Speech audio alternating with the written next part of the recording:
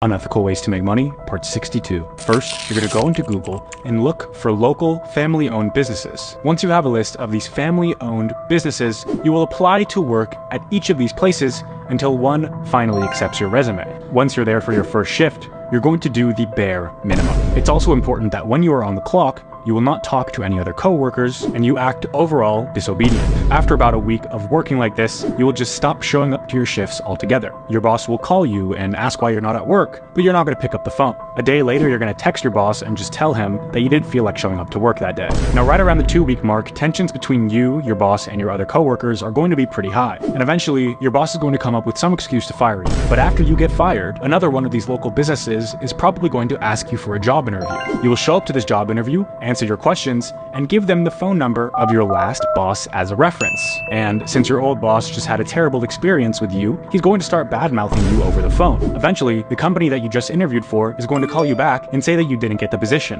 When you ask why, they'll say that the references said that you weren't a good fit. And at that point, you are going to hang up the phone, call your lawyer, and start a defamation case against your old boss. You will sue your old boss for $150,000 in damages since they prevented you from getting a new job and providing for yourself. You will easily win the lawsuit, and you can repeat this week after week with new businesses. Work smarter, not harder.